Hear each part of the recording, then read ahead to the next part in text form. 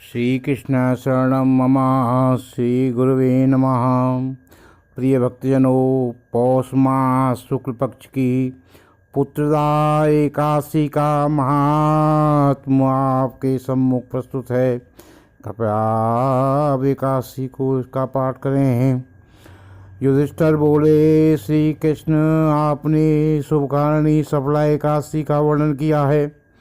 अब कृपा करके शुक्ल पक्ष की एकादशी का महत्व बतलाइए। उसका क्या नाम है, कौन सी विधि है तथा उसमें किस देवता का पूजन किया जाता है।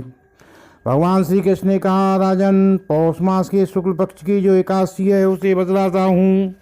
सुनो महाराज, संसार के हित की इच्छा से मैं इसका वर्णन करता हूँ। राजन, पूर्वोक्त विधि से ही है, यथापूर्व इसका वध करना चाहिए। इसका नाम पुत्रदा है। यह सब पापों को हरने वाली उत्तम तिथि है। समस्त कामनाओं तथा सिद्धियों के दाता भगवान श्री नारायण इस तिथि के अधिदेवता हैं।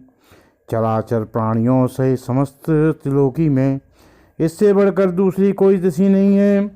पूर्व काल की बात है। भद्रावती पुरी में राजा सुकेतुमान राज्य करते थे। उनकी रानी का नाम चंपा था। राजा को बहुत समय तक कोई वंशधर पुत्र नहीं हुआ था।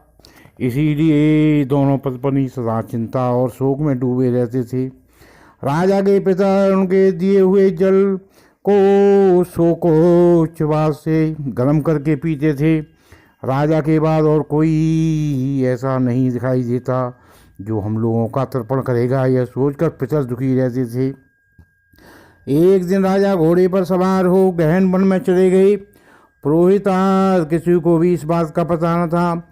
मृग और पक्षियों से सेवित उस घन कानन में राजा भ्रमण करने लगे।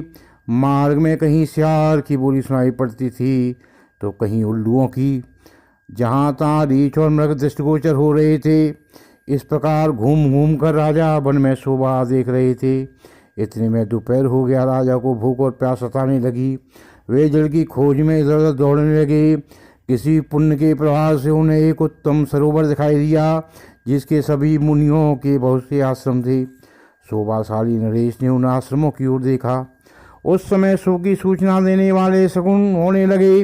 राजा का दाहिना नेत्र दाहिना हाथ फड़कने लगा जो उत्तम फल की सूचना दे रहा था। सरोवर के तट पर बहुत से मुनि वेद पाठ कर रहे थे। उन्हें देखकर राजा को बड़ा हर्ष हुआ। वे घोड़े से उतरकर मुनियों के सामने खड़े हो गए और पृथक पृथक उन सब की वंदना करने लगे। वे मुनि उत्तम व्रत का पालन करने वाले थे। जब राजा के हाथ जोड़कर बारंबार दंडवत किया तब मुनि बोले, राजन, हम लोग तुम पर प्रसन्न हैं।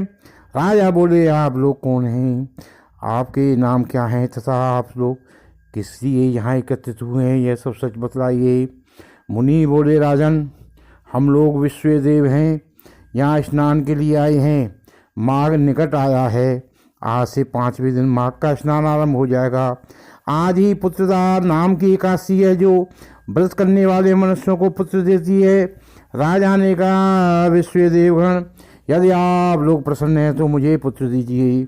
मुनि बोले, राजन, आज के ही दिन पुत्रदा नाम की एकादशी है। इसका व्रत बहुत विख्यात है। तुम आज इस उत्तम व्रत का पालन करो। महाराज, भगवान केशव के प्रसाद से तुम्हें अवश्य पुत्र प्राप्त होगा। भगवान श्री कृष्ण कहते हैं, युधिष्ठिर, इस प्रकार उन मुनियों के कहने से राजा ने उत्तम व्रत का पालन किया। महर्षियों के उपदेश के अनुसार विधिपूर्वक पुत्रदा एकादशी का अनुष्ठान किया। फिर द्वादशी को पारण करके मुनियों के चरणों में बारंबार मस्तक झुका राजा अपने घर आए। तदनंतर रानी ने गर्भ धारण किया। प्रसव काल आने पर पुण्यकर्मा राजा को तेजस्वी पुत्र प्राप्त हुआ जिसने अपने गुणों से पिता को संतुष्ट कर दिया। वह प्रजाओं का पालक हुआ। इसलिए राजन, पुत्रदा का उत्तम व्रत अवश्य करना चाहिए। मैंने लोगों के इसके लिए तुम्हारे सामने इसका वर्णन किया है। जो मनुष्य एकाग्र से होकर पुत्रदा का व्रत करते हैं वे इस लोक में पुत्र पाकर मृत्यु के पश्चात स्वर्गामी होते हैं। इस महात्म को पढ़ने और सुनने से अग्निष्टोम यज्ञ का फल प्राप्त होता है। आपकी सब मनोकामना पूर्ण होगी। आप इसको महात्म को पढ़िए, पुत्र आदि की प्राप्ति होगी। श्री कृष्ण गोविंद हरे मुरारे। हे नाथ नारायण वासुदेवा। यह पुत्रदा महात्मा आपके सामने सुना है। आपको पसंद आया हो तो आप सब्सक्राइब करें चैनल को और अपनी राय भी दें। श्री कृष्ण शरणम मम, श्री कृष्ण शरणम मम, श्री कृष्ण शरणम मम।